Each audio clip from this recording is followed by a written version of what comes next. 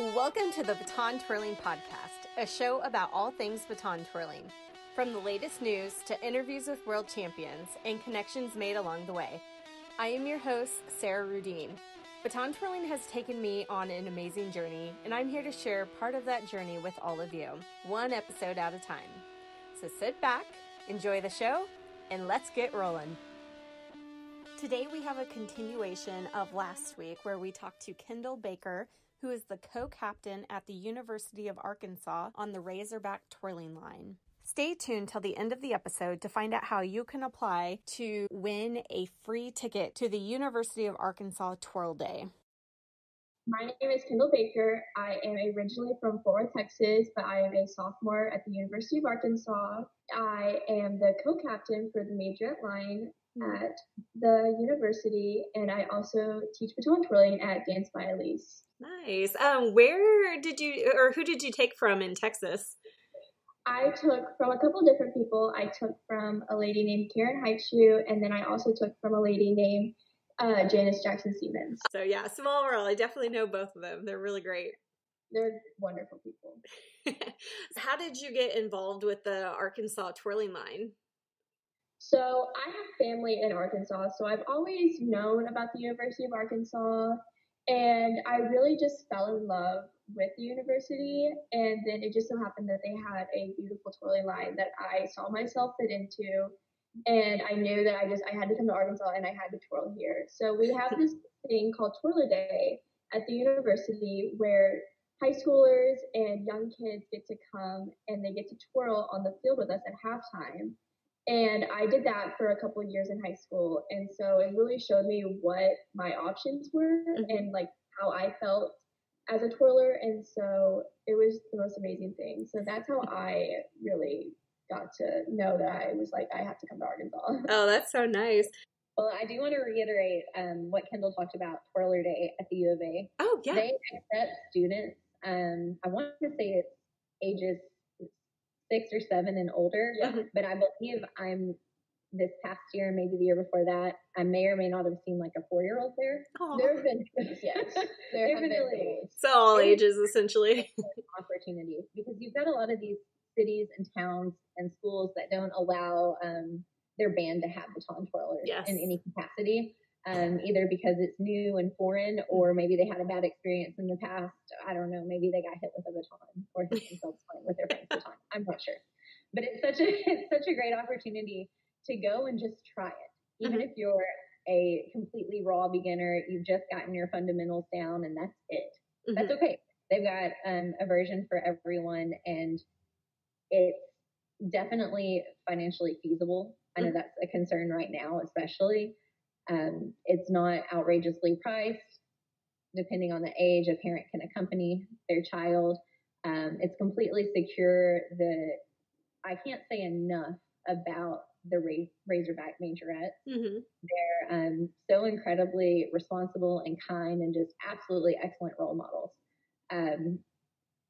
Last year, I think we took 9 students to participate in this. The year before that, we took 14 or 15. Wow. And just building that relationship and letting them have that experience. I can't say enough good things about it. How much is the field day? I think it was $125. That's what I was going to say. And then that includes a ticket for one parent. Okay. And a meal and a shirt and practice time and all of that for that's so fun. And it's $40 for an extra ticket. I think you can get up to 4 extra tickets. So if you have like another family member or siblings or things like that want to come, then they can get tickets to get into the game at that rate. Anyone listening to this, I'll pick one person and I will pay for their twirler days. If you go to batontwirling101.com/Arkansas, I'll have that up there, and you guys can send people there to apply, and whoever gets it gets a free. Thank you so much for doing that. Yeah. What are some of the requirements for joining the twirling line at Arkansas? We have auditions in April right now. They're online. They usually are a live audition. And we have some basic requirements: 2 and 3 baton, toss illusion, toss cartwheel, leaps, splits, and then we also require high marching for down the field because that's one of the things we do in pregame. And, vertical, horizontal, it's really not too bad. I encourage anybody to audition, even if you don't have all those skills quite just yet. Really, the main thing about auditioning for a college is that your showmanship is over the top, out the roof. That is really, because that is what the spectators are looking at. They don't know how hard a toss illusion is, but they do know what a smile looks like and what someone that looks like they are having the time of their life looks like. And so that is my advice for any incoming freshman or someone that is looking to audition, is that you look like you are having the absolute time of your life and you don't want it to end, because that is what the spectators see and that is what we are performing for. So, yeah. What has been one of your best memories with Arkansas?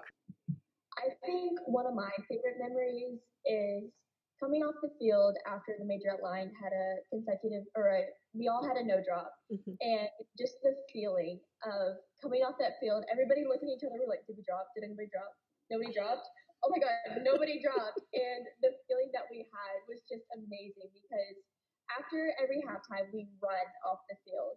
And so we're running off the field, we're trying to find everybody, and we're like, did anybody drop? Oh my gosh, nobody dropped. And then just that feeling of euphoria, running to coaches and being like, we just had a no drop. This was our first no drop of the season. This is amazing. That was one of the best feelings ever. Yeah. Did you twirl in high school? I did. I got to twirl my freshman year of high school. Like I said, I went to school in Texas, and so my band director was very much no twirlers. I did, however, I marched in the band, which was an amazing experience. I loved doing that. But I did compete competitively. So I did twirl in high school, but I didn't kind of. So yeah. What would you say is the difference between being a feature twirler and then twirling on the line with other people? Definitely, you have to think about 9 other people. It's not all about you. You have to think about, okay, am I in line with the girls next to me? Okay, we're doing a partner toss. Where does my baton need to go? And you say, okay, there's a toss coming towards me. How do I need to move to catch this baton if it's not coming down perfectly? And so you really have to learn to move cohesively as one unit with 10 other girls, it was kind of a struggle for me at the beginning, because I had grown up as a solo competitive twirler, and I was like, I don't understand why you're not tossing the baton where it needs to be. Like, just do what you need to do. But then I realized that sometimes I'm not doing what I need to do, and so like I don't have any room to talk. And so really just moving as one unit is, yeah. Oh, that's such good advice. I know it was a huge difference going from twirling with my sister on the field to all of a sudden twirling with about 16 other girls. And it's like, oh, I'm literally one of 16 people. So I need to figure out how to make this work for everyone. That's really good advice. Another thing is twirling off the field. You are, especially during band camp, you are with these girls literally 24/7. Yeah. And, problems are bound to arise. And you really have to just sit back. I always like, if a problem does arise, I like to sit back. I always have to think about the other girl's side of the story. How does she feel? And then I really just have to judge based on that. Is it worth it? Yeah. Because yes, problems do arise. It happens in any sport or any group of people.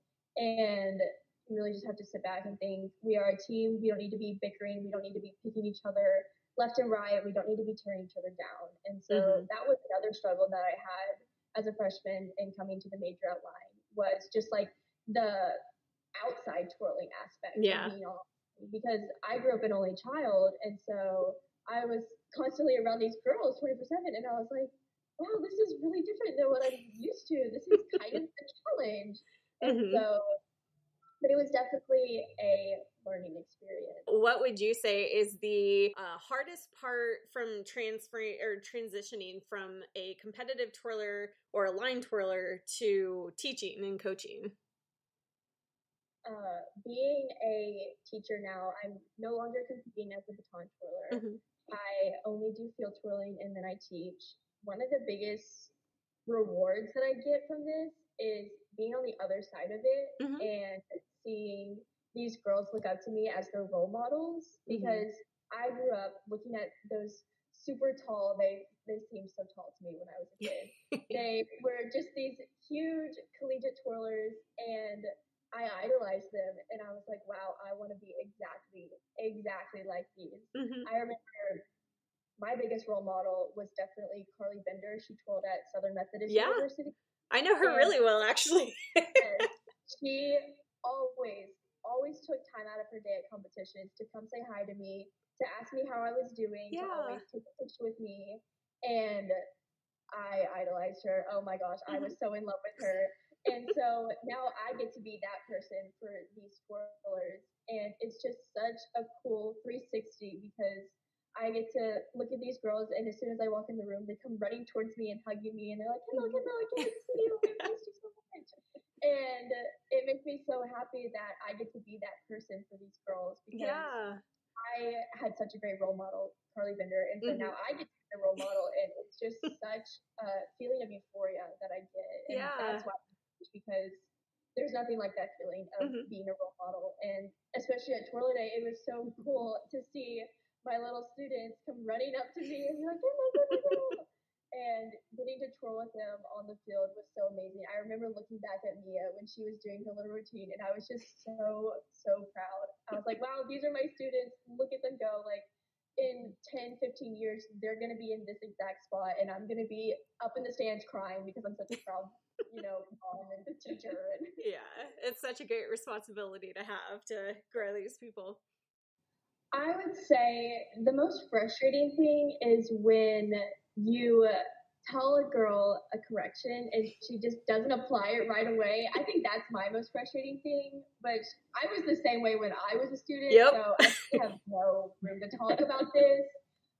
But I have to realize that, I was once there. They're just a little kid, like at this stage in their life, this is not their living, breathing aspect. They don't care about twirling 24/7. And so I just have to step back and breathe and realize that, it may take a couple minutes for them to really think about the correction and then apply it to their body, because baton twirling is really hard. There's a lot of things you have to think about. And it's really more of a mental sport than it is physical. And so I just realized that, they're just a little girl. They don't, it takes them a minute. And so that just helps me take a step back and not get frustrated with them. Oh, my favorite thing is when you're like, toss from your belly button, toss from your belly button, toss from your belly button. Somebody else comes in, they're like, oh, you're not tossing from their belly button. They're like, oh my gosh, it's like I've never heard this before. And you're like, I tell you this all the time. What do you mean? Sometimes we just have to hear it from someone else. Yep.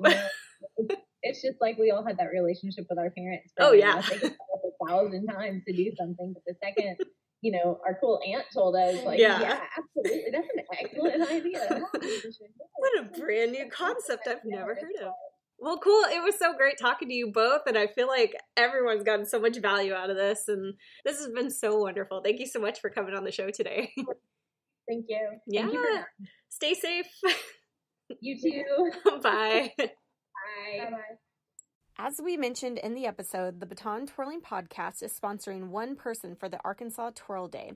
Go to batontwirling101.com/Arkansas to apply. If you'd like to follow up with us, read the show notes, or get some neat baton freebies, reach out by going to batontwirling101.com. Thank you for listening. We'll catch you next time.